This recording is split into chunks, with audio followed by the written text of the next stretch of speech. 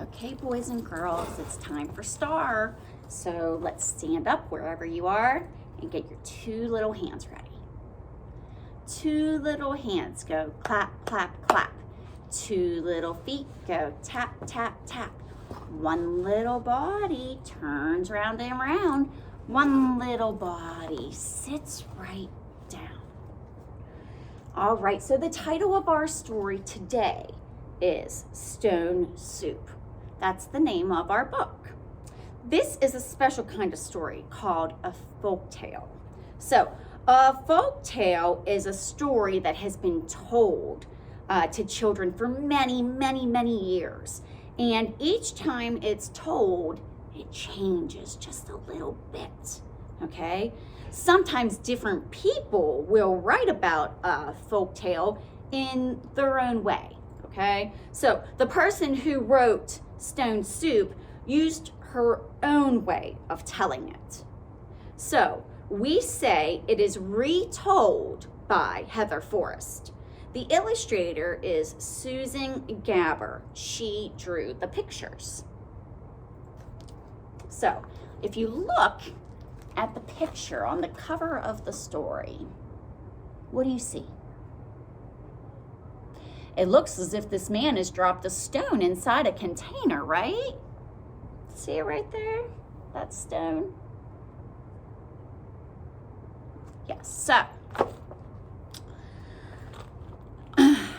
I wonder why this man would drop that stone inside the container. Why is he doing that? Well, the title of the story is Stone Soup. So what ideas does the title give you about the story? Would you want to eat stone soup? Soup with stones in it? Well, let's read the story and find out if your ideas are in our book.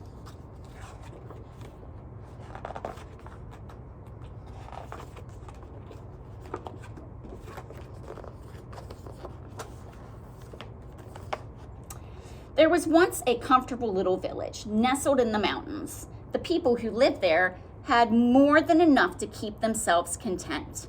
One day, two travelers came along. Their coats were tattered, their hats were torn, their dusty shoes had holes in their soles. Hungry and tired, one traveler said to the other, "Surely someone here can spare a bit of food."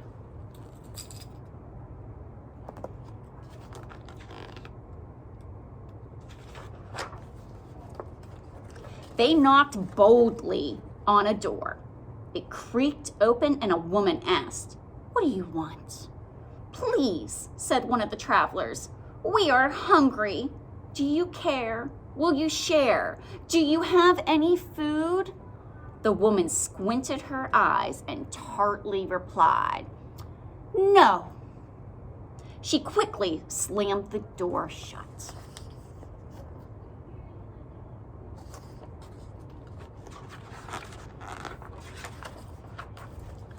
The travelers walked a little farther down the road and knocked on another door. A young boy answered. His chocolate brown eyes were sweet. "Good day," he said. "What do you want?" "Please," said one of the travelers, "we are hungry. Do you care? Will you share? Do you have any food?" The boy replied, "There is no food here," and closed the door.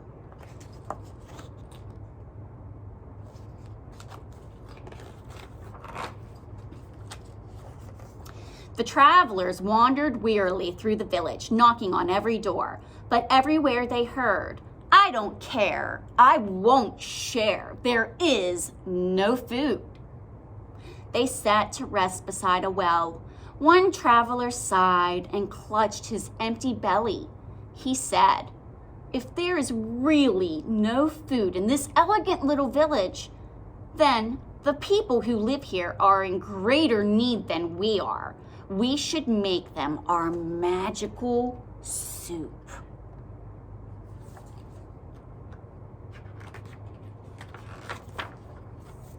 The two travelers climbed up on the edge of the well and shouted, "We are master cooks. If anyone in this town has a big black pot, We will make the most delicious soup anyone ever tasted.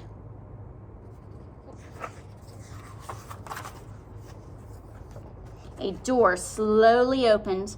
A round man emerged carrying a gigantic black pot. I love to eat, he said. Here's a pot. Let me see what two master cooks can do with it. Watch and see, said one of the travelers with glee.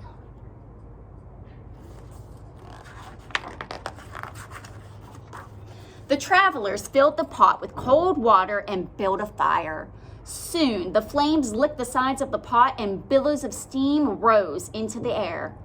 Curious people began to gather. What is happening? The townspeople asked. We are making an unusual soup, said one of the travelers. It requires a special magical ingredient. I am certain we will find it in this town. I wonder what that magical ingredient could be. All the eyes in the crowd watched as one of the travelers reached down and picked up an ordinary stone.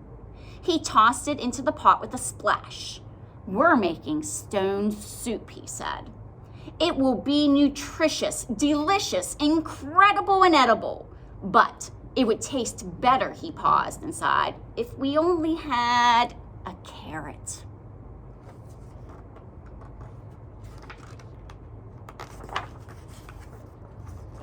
Where would we find a carrot in this town? The other traveler asked.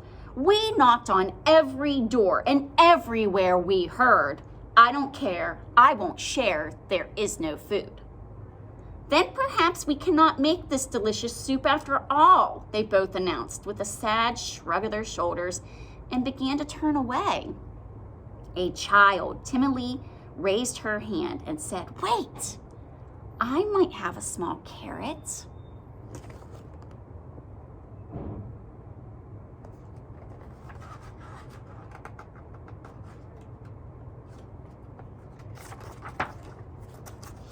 Excellent, shouted the travelers. Bring what you've got. Put it in the pot. We're making stone soup. This magical soup would taste even better if we had a potato, they added. A deep voice in the back of the crowd called out, I have a potato. Wonderful, shouted the travelers. Bring what you've got. Put it in the pot. We're making stone soup. It would taste even better still, they said, if we had just a few more ingredients.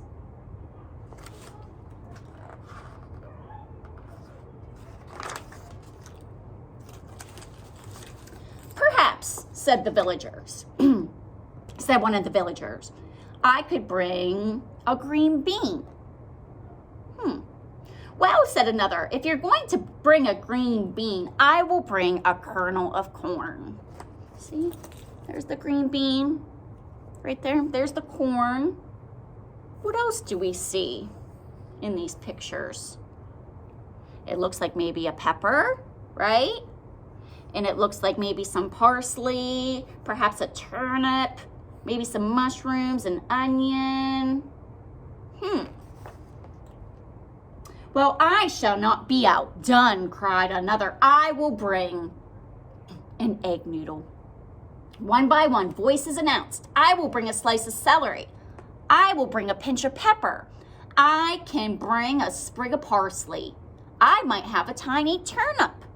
Well, why are you waiting, cried the travelers. Bring what you've got. Put it in the pot. We're making stone soup.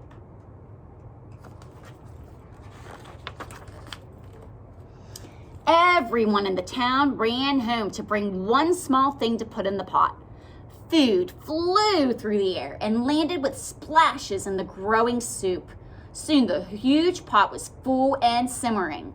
A wonderful smell drifted through the air.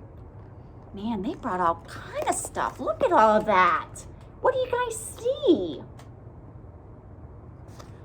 Yeah, I see some cauliflower, some broccoli, some beans, maybe even some cheese, an eggplant, cabbage,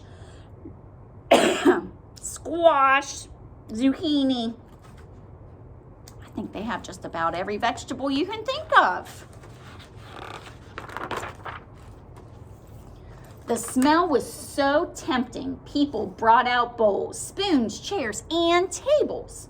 They placed hearty loaves of bread, chunks of cheese, and bowls of fruit on the tablecloths.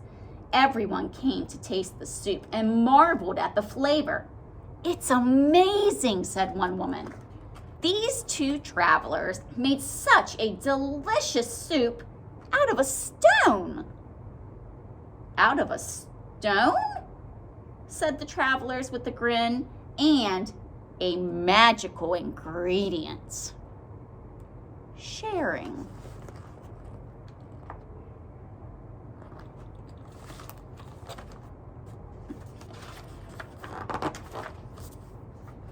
As the travelers left the town, they said, "If anyone ever wants to make this soup again, just remember the recipe. Bring what you've got, put it in the pot.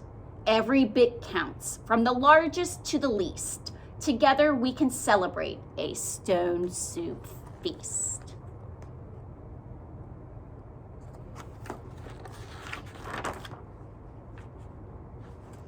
And then it looks like they have a recipe here for stone soup. So, was the soup really made from just stones? No. Remember, what was all the other things they put in the soup? Not just stones. But remember, all of these things, carrots, cauliflower, onions, all kinds of good vegetables, right? So, in the beginning of the story, the travelers walk through the village and they knock on the doors of many homes. What do you think the word village means? A village is a small town. In small towns or villages, people know almost everyone who lives there. Maybe that's why the people in the village didn't want to help the strangers, because they didn't know them. People from the village came out of their houses to see what the strangers were doing. And everyone in the crowd wanted to see them make soup from a stone, right? So what do you think the word crowd means? A crowd is a large group of people. Have you ever seen a crowd of people? Yeah, where were you? There are lots of different places where you might see crowds of people, right? Perhaps at a sporting event, you might see a large group of people that are there to watch.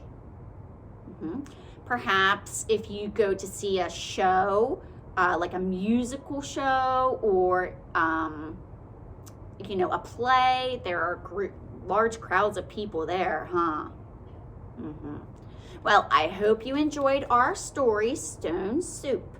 And I'll see you guys back here for another video for Math. All right, see you soon.